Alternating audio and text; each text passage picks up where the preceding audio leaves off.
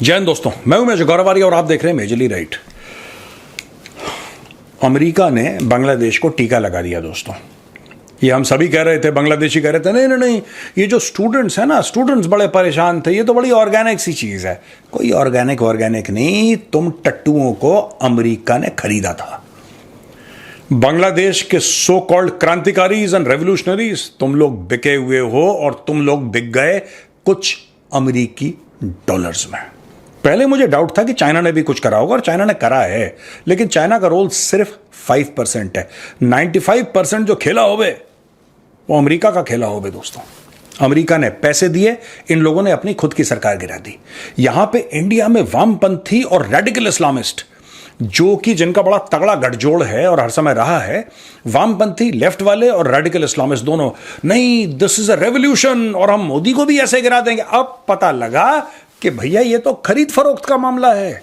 जैसे बकरा मंडी में कुर्बानी के बकरे को खरीदा जाता है, वही मैटर हुआ है। अब मैं आपको बताता हूं कैसे, मुलाहिजा फरमाइए। बोलिए वाह वाह, बोलिए। मेजर साहब शायरी करने वाले हैं अभी। Abdoulaye Seck, World Bank country director Bangladesh. क्या नाम है इसका? Abdoulaye Seck, World Bank country director Bangladesh. इसने अनाउंस करा कि वर्ल्ड बैंक $2 अरब बांग्लादेश को देने वाला है।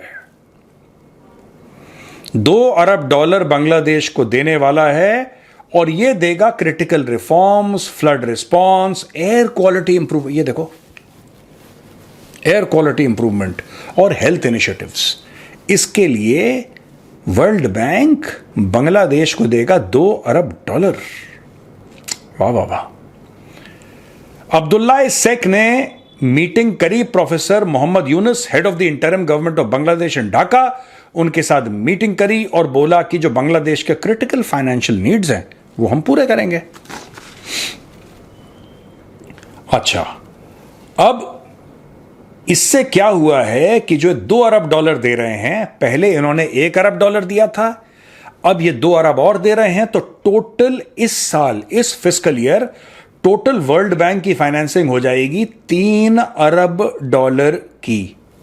ठीक है भाई साहब, तो $3 अरब की फाइनेंसिंग इनकी हो गई। ये इन्होंने फीस ली थी शेख हसीना को हटाने की। और सुनिए, ये फीस काफी नहीं है, इसमें तो बहुत है मसाला, धीरे धीरे बताऊंगा आपको। दोस्तों, जैसे ही मोहम्मद यूनुस इंटरिम गवर्नमेंट के हेड बने, फट से उन्होंने $5 अरब की भीख मांग ली, फट से। अच्छा, वो जो $3 अरब है वो अलग हैं, वर्ल्ड बैंक वाले ये अलग हैं। $5 अरब इन्होंने मांगे हैं Asian development bank, Japan international cooperation agency और एशियन इंफ्रास्ट्रक्चर इन्वेस्टमेंट बैंक से। इसके अलावा अब आप सुनते रहिए, यूएसएड ने $202 मिलियन बांग्लादेश को दिए हैं, एडिशनल $202.25 मिलियन सिक्स्थ अमेंडमेंट के तहत, and the developmental objective grant agreement DOAG के तहत। यह अग्रीमेंट साइन करा है AKM Shahabuddin, additional secretary of the economic relations division, and Reed J Aeschliman, USAID mission director. Commitment and focus areas 2021 से 2026 तक total commitment है 954 मिलियन का है जी, जिसमें से 425 मिलियन खा चुके हैं ये लोग। ये good governance, social and economic opportunity and resilience. आपने कभी सुना ये रेजिलियंस कैसे आप फंड कर सकते हो यार? मुझे नहीं समझ में आ रहा। गुड गवर्नेंस ये फंड कैसे कर दिया इन्होंने? ये कुछ भी फंड कर देते हैं, जैसे कहते हैं कि ये हम फंड करेंगे एयर क्वालिटी, इन्होंने एयर क्वालिटी फंड कर दी। ये देखो भाई,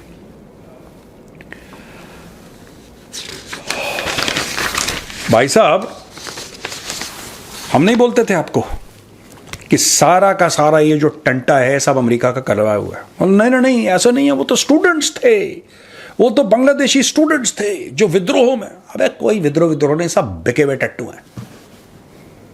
ये लोग कह रहे थे कि साहब बांग्लादेश में जो मुक्ति वाहिनी, जो इनके फ्रीडम फाइटर थे, उनके बच्चों को रिजर्वेशन नहीं मिलना चाहिए। हम रिजर्वेशन के खिलाफ सड़क पे आए हैं। किसको बेवकूफ बना रहे हो? 2020 में रिजर्वेशन खत्म हो गया था। 2020 शेख हसीना की सरकार ने रिजर्वेशन बंद करवा दिया था। उसके बाद एक बांग्लादेश की हाई कोर्ट ने बोला कि नहीं नहीं नहीं, रिजर्वेशन तो होना चाहिए, रिजर्वेशन होना चाहिए। क्यों? क्योंकि मुक्ति वाहिनी के जो बच्चे थे, उनके वार्ड्स थे, जो भी थे उनके फैमिली मेंबर्स, वो गए कोर्ट के पास कि साहब हमें तो मिलना चाहिए, हमारा अधिकार है। तो लोअर कोर्ट ने बोला कि हाँ हाँ इनको मिलना चाहिए, शेख हसीना की सरकार वापस इनको रिजर्वेशन दो। उल्टा शेख हसीना ने बोला कि नहीं हम नहीं देंगे, और शेख हसीना की सरकार सुप्रीम कोर्ट गई थी ये रिजर्वेशन कैंसिल करवाने के लिए। समझ रहे हैं?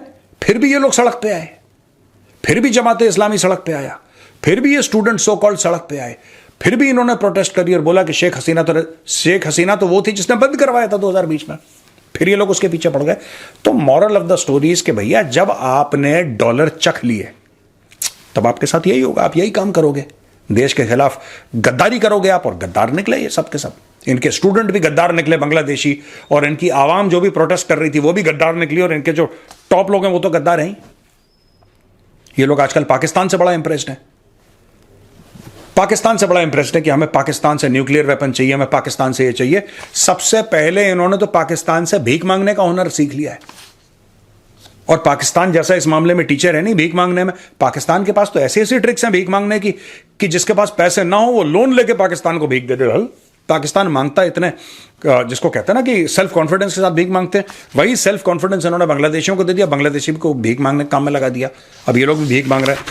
अब देखो पाकिस्तान से इतना इंप्रेस्ड हैं कि इन्होंने एक और काम करा है जो बिल्कुल पाकिस्तान के नक्शे कदम पे चलते चलते इन्होंने काम कर दिया। बहुत पाकिस्तान करते थे ना ये हमारे मुसलमान भाई हैं, देखो क्या करा। देखो बांग्लादेश की इंटरिम गवर्नमेंट ने Mohammad Yunus, Nobel peace prize winner, the toast of the world, microfinance का बेताज बादशाह जिसको नोबेल प्राइज मिला था, उसने आर्मी को मैजिस्ट्रेसी पावर्स दे दिए 2 महीने के लिए to improve law and order and prevent subversive act. ये सबवर्सिव एक्ट कर कौन रहा है बांग्लादेश में?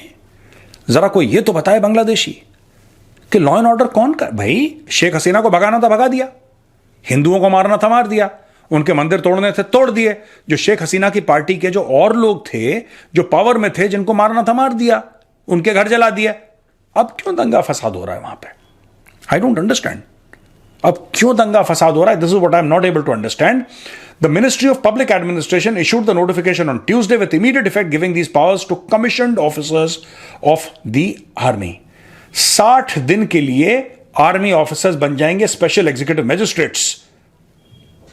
देखो Section 17 of the Code of Criminal Procedure or CRPC, which awards army officers the status of Special Executive Magistrates, says these officers shall be subordinate to the district magistrates or deputy commissioners. They will perform duties under section 64, 65, 83, 84, 86, 95, 2, 100, 105, 107, 109, 110, blah, blah, blah, blah, blah. वाह क्या बात है। Various powers including orders for arrest and detention, execution of arrest warrants, issuance of search warrants, fining for misconduct and minor offences, exemption from bail। यानी कि हाय हाय हाय, यानी कि जो ये कू है भैया, ये बांग्लादेश में कू हो गया है। अब ये 60 दिन के बाद एक्सटेंड भी कर देंगे, कहेंगे और नेक्स्ट 60 डेज कोई भी बांग्लादेश का कमीशन्ड ऑफिसर, आर्मी ऑफिसर किसी को भी अरेस्ट कर सकता है बिना वारंट के, किसी को भी ये सर्च कर सकता है, किसी के ऊपर जुर्माना लगा सकता है, किसी के ऊपर जेल में डाल सकता है, किसी को भी पकड़ के बंद कर सकता है। ये पावर आपने बांग्लादेश की आर्मी को दे दी है। और यही लोग कह रहे थे शेख हसीना डिक्टेटर है। होगी, बिल्कुल होगी डिक्टेटर अगर आप लोग कह रहे हैं तो। लेकिन ये क्या है फिर? अगर शेख हसीना डिक्टेटर है और जो मैं कह रहा हूं होगी, पक्का होगी, नो प्रॉब्लम, ठीक है, हमारी कौन सी रिश्तेदार लगती है, टांगो उसको भी, who cares. Fact of the matter is, हाँ जी सोचिए, जस्ट इमेजिन, ये शेख हसीना को डिक्टेटर बोलने वाले खुद इन्होंने अपनी फौज को डिक्टेटोरियल पावर्स दे दिए। कोई भी फौजी अफसर 4 साल की नौकरी वाला कप्तान कहता जेल में डालो उसको, डन, जेल में डालो, पीटो उसको, तोड़ो इसकी दोनों टांगे, डन सर। फाइन लगाओ इसमें, तुम दोगे 50,000 टका का तुम्हारे ऊपर मैं फाइन लगाता हूं, डन सर। ये हो रहा है गेम दोस्तों। अब शेख हसीना को भागे हुए कितना टाइम हो गया बांग्लादेश से, राइट? कितना टाइम हो गया?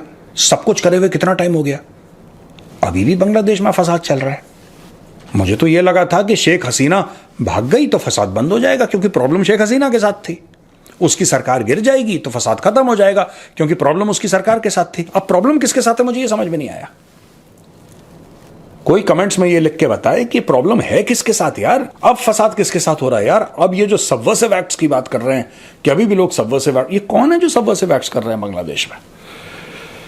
आपको बांग्लादेशी फौज को मैजिस्टीरियल पावर्स देने पड़े। अब 4 साल की नौकरी वाला कप्तान बोलेगा कि अरेस्ट करो इनको, सबको अरेस्ट करो, जेल में डालो, फाइन दो। यहां से बांग्लादेश का मैसिव करप्शन शुरू होता है। और दोस्तों, बांग्लादेश में आप मान के चलो मिलिट्री कू हो चुका है और मोहम्मद यूनुस सिर्फ एक मुखौटा है, विदाउट एनी अथॉरिटी और power. The real power is the Bangladesh army.